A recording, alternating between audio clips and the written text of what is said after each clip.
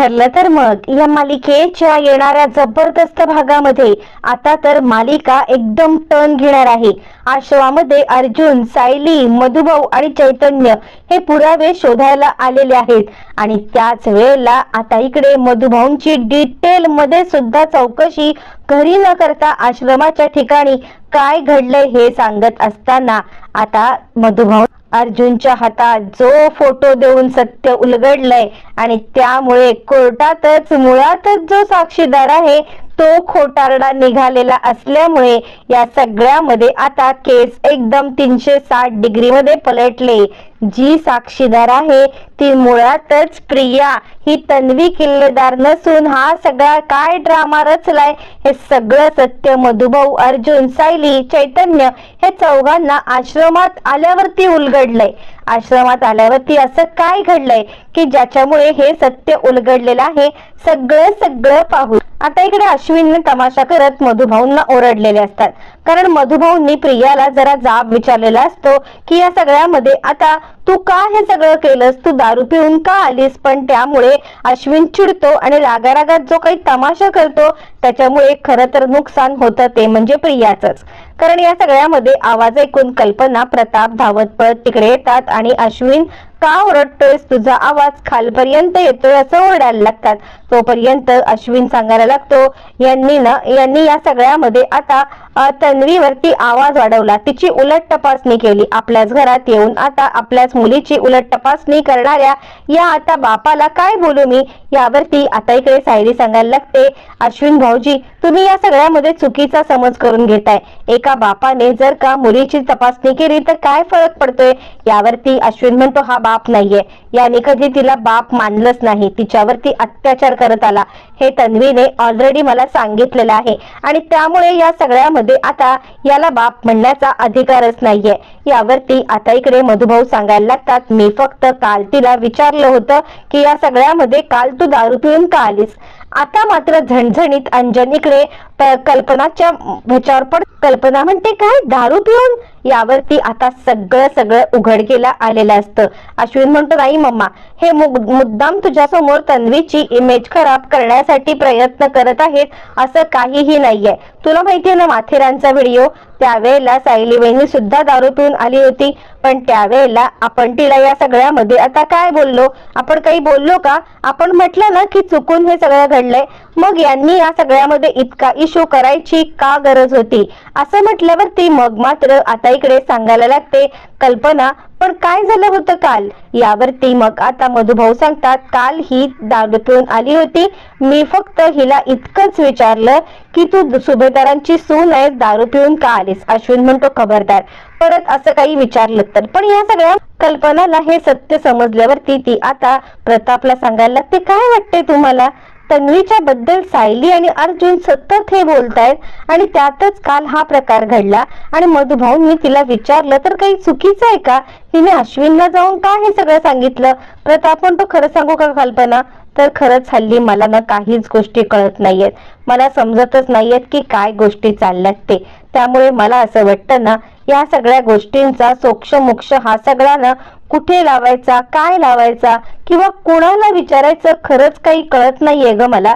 पण मला सुद्धा हे संशयास्पद वाटते, अश्विनचं वागणं मला पटलं नाही असं म्हणत इकडे आता कल्पना आणि प्रताप या दोघांनाही वागणं पटलेलं नसतं। तोपर्यंत अर्जुन मधुभाऊंची माफी मागतो, माफ करा मधुभाऊ, या सगळ्यामध्ये अश्विन जे काही वागला ना मला ह्या गोष्टी अजिबात त्याच्या आवडलेल्या नाहीयेत। म्हणजे खरं सांगायचं तर या सगळ्यामध्ये आता अश्विनचं वागणं हे पूर्णपणे चुकीचंच होतं। पण ना तो असा का वागतोय, त्याचं हे काय चाललंय कळत नाहीये, ते सगळं जाऊ द्या। आता आपल्याला जायचं आहे ते म्हणजे आपल्याला जायचं आहे आत्ताच्या आत्ता आश्रमामध्ये। आश्रमात गेल्यावरती काही गोष्टींचा उलगडा होईल। यावरती मधुभाऊ सांगायला लागतात, जावे बापू मला पण तुम्हाला काही सांगायचं आहे।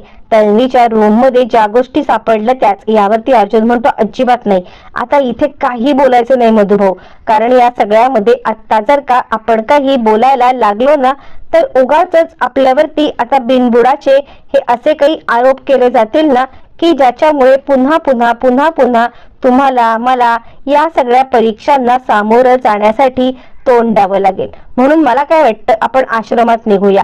मग सायली, चैतन्य, अर्जुन सगळेजण आश्रमात जायला निघतात. ज्या वेळेला सायली, अर्जुन, चैतन्य आश्रमात आल्यावरती इकडे मधुभाऊंच्या, सायलीच्या डोळ्यासमोर आश्रमातले जुने दिवस राहतात. याच आश्रमात तिचं बालपण गेलेलं असतं. याच आश्रमात मधुभाऊंची हयात गेलेली असते. आणि ते सगळं ज्या वेळेला दोघांच्या नजरेसमोर येत असतं, या सगळ्यामध्ये आता दोघ जण सुद्धा खूपच गडबडलेले असतात. आणि दोघ जण विचार करतात, या प्रियाच्या मूर्खपणामुळे आपल्याला या सगळ्यामध्ये आता आपला आश्रम हा असा सोडावा लागला, असा विचार ते करत असतात. आणि त्याच वेळेला आता इकडे पोलिसांची परमिशन घेऊन अर्जुन आतमध्ये येतो. आतमध्ये आल्यावरती मग आता अर्जुन सांगतो, हे बघा, आपल्याकडे वेळ फार कमी आहे. मधुभाऊ, आपल्याला काय पुरावा शोधायचा आहे मी तुम्हाला सांगतो. नक्की काय घडलं होतं हे तुम्ही त्या दिवशी मला सांगायचं. तुम्ही कुठे उभे होता, तुमच्यासोबत काय घडलं, हे सगळं डिटेल मध्ये सांगा. मग मधुभाऊ सगळं आठवून आता सांगायला लागतात. ज्या वेळेला मधुभाऊ या सगळ्या गोष्टी आठवत असतात, त्यावेळेला मधुभाऊ सांगतात की मी गेलो होतो पैसे आणायला. पैशांची पिशवी माझ्या हातामध्ये होती. ती पैशांची पिशवी घेऊन ज्या वेळेला मी आलो आणि त्याच वेळेला इकडे आता पाहतो तर काय, इकडे साक्षी होती. साक्षी आणि त्याचबरोबर तिकडे विलास होता. साक्षी आणि विलास हे दोघच जण होते, बस, बाकी कुणीच नव्हतं. हे दोघ जण ज्या वेळेला आता इकडे होते, त्यावेळेला मी तिथे आलो. मी त्यांना सांगितलं की काय करताय तुम्ही, तर त्यांनी सगळा पसारा मांडून, पेपर मांडून ठेवले. मग मधुभाऊ घडलेला प्रकार सांगायला लागतात. मी तिच्या हातामधून ते काढून घेण्याचा प्रयत्न करत होतो. ज्या वेळेला मी हे काढून घेण्याचा प्रयत्न करत होतो, त्यावेळेला आता ती गन माझ्यावरती तिने रोखली. गन रोखल्यावरती मग मात्र आता मी तिला समजवण्याचा प्रयत्न केला. मी तिला समजवलं की या सगळ्यामध्ये आता ती गन खाली कर, पण ती काही ऐकली नाही. न ऐकल्यामुळे मग मात्र मी तिला बाजूला धक्का देण्याचा प्रयत्न केला. पण हा धक्का देण्याच्या याच्यामध्ये तिने आता ती गन चालवली. ऍक्च्युली माझ्यावरती चालवण्यात आलेली गन ही आता या सगळ्यामध्ये विलासला लागली, असं म्हणत मधुभाऊ सगळ्या प्रकारचा. त्यावरती अर्जुन म्हणतो, मधुभाऊ एक काम करा, तुम्ही या सगळ्यामध्ये ना जिथे काही सामान तुम्हाला वाटतंय भेटतंय ते सगळं सामानाच्या बद्दल सांगा. मधुभाऊ म्हणतात, जावई बापू, मला तुम्हाला वेगळं सत्य सांगायचं आहे. त्यावरती अर्जुन म्हणतो, हा, तुम्ही घरी सुद्धा हे सत्य मला सांगण्यासाठी उत्सुक होतात. काय सत्य तुम्हाला सांगायचंय मधुभाऊ? त्यावरती मग आता मधुभाऊ सांगायला लागतात, खरं तर मी ज्या वेळेला तन्वीच्या रूम मध्ये गेलो होतो ना, त्यावेळेला मला काही फोटो सापडले. मधुभाऊ म्हणतात, ते फोटो होते सायलीचे. असं म्हटल्यावरती ते सायलीच्या हातामध्ये ते फोटो येतात. सायली फोटो बघते आणि मधुभाऊ, हा तर फोटो माझा नाही आहे हो, हा फोटो प्रियाचा आहे, असं म्हणत रडायला लागते. माझा फोटो पाहायची मला खूप इच्छा. त्यावरती मधुभाऊ म्हणतात, नाही बाळा, हा फोटो तुझाच तर आहे. म्हणून तर मी तुम्हाला दोघांना सुद्धा हे सांगण्याचा प्रयत्न करत होतो की हा फोटो तिकडे तिच्या रूम मध्ये कसा. अर्जुन म्हणतो, नाही मधुभाऊ, तुमचा काहीतरी गोंधळ झालाय. मधुभाऊ म्हणतात, हे कसं शक्य आहे? अर्जुन म्हणतो, हो, कारण हा तन्वीचा फोटो आहे. तुम्ही आमच्या घरामधले मोठे मोठे होर्डिंग नाही का पाहिले? आमच्या घरात जे काही मोठे मोठे पोस्टर आहेत ना, ते सगळे पोस्टर तन्वीचेच तर आहेत. यावरती मधुभाऊ सांगायला लागतात, नाही, असं काय करताय? मी माझ्या साऊबाळाचा फोटो बरा विसरेन.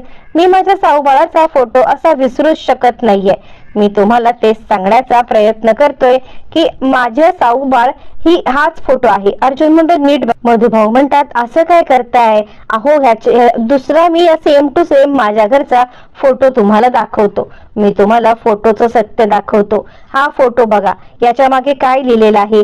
याच्या मागे 12 डिसेंबर 2000 असं साल लिहिलेलं आहे 5. आणि या साली आता साऊ मला भेटली होती. असं काय करताय? आता अर्जुन तो फोटो हातात घेत आणि तो म्हणतो, मधुभाऊ, तुम्ही काहीतरी गल्लत करताय का? मधुभाऊ म्हणतात, नाही, तुम्ही गल्लत करत नाहीये.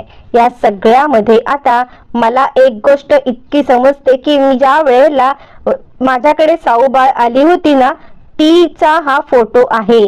पण हा फोटो प्रियाने तुम्हाला का सांगितलं तिचा आहे मला माहित नाही. अर्जुन म्हणतो, माझ्या लक्षात गोष्टी आलेल्या आहेत. केसचा पुरावा आपल्याला सापडलेला आहे. ही मुळातच ही तन्वी नाही आहे. तुमच्या म्हणण्यानुसार सायली तन्वी असेल तर हिने सायलीचं गाठोडं चोरलंय आणि गाठोडं चोरून आता या सगळ्यामध्ये आता हिने हा डाव साधलेला आहे, असं म्हणत अर्जुनच्या लक्षात गोष्टी येतात आणि अर्जुन म्हणतो, आता आपल्याला एकाच वेळेला 2 सत्य सिद्ध करता येतील. सगळ्यात म्हणजे सायली ही तन्वी आहे आणि प्रिया ही तन्वी नाही. बरं, हे कळाल्यावरती आपण दुसरं एक करू शकतो की ते म्हणजे मुळात जी साक्षीदार आहे तीच खोटी आहे आणि त्यामुळे तिला या सगळ्यामध्ये एकटं कुणी हे मदत करत नाहीये. तिला या सगळ्यामध्ये मदत करणारी कोणीतरी तिसरीच व्यक्ती आहे. म्हणजे आता महिपत आणि साक्षी मुद्दामच या सगळ्यामध्ये कदाचित आपल्यावरती लक्ष ठेवायला तिला पाठवलंय आणि आपल्याला ट्रॅप मध्ये अडकवलंय. बाद झालं. आता मात्र गप्प बसायचं नाहीये. सत्य समोर आलंय. सायली तुम्हीच तन्वी आहात. सायली तुम्हीच तन्वी आहात. सायलीला तर सायली रडायला लागते. मधुभाऊ म्हणतात, साऊ बाळा हो, कारण त्या रात्री तू माझ्याकडे आली होतीस. आश्रमात आल्यावरती खूप मोठा सत्याचा अर्जुनला उलगडा झालाय. लहानपणीची बालमैत्रीण ही दुसरी तिसरी कोणी नसून ही सायलीच आपली तन्वी आहे. हे सत्य उलगडल्यावरती अर्जुनच्या डोळ्यात टचकन पाणी आलंय. अर्जुन सायलीला हे आता सगळं सत्य समजल्यानंतर प्रियाचा पडदा अगदी फार झाले.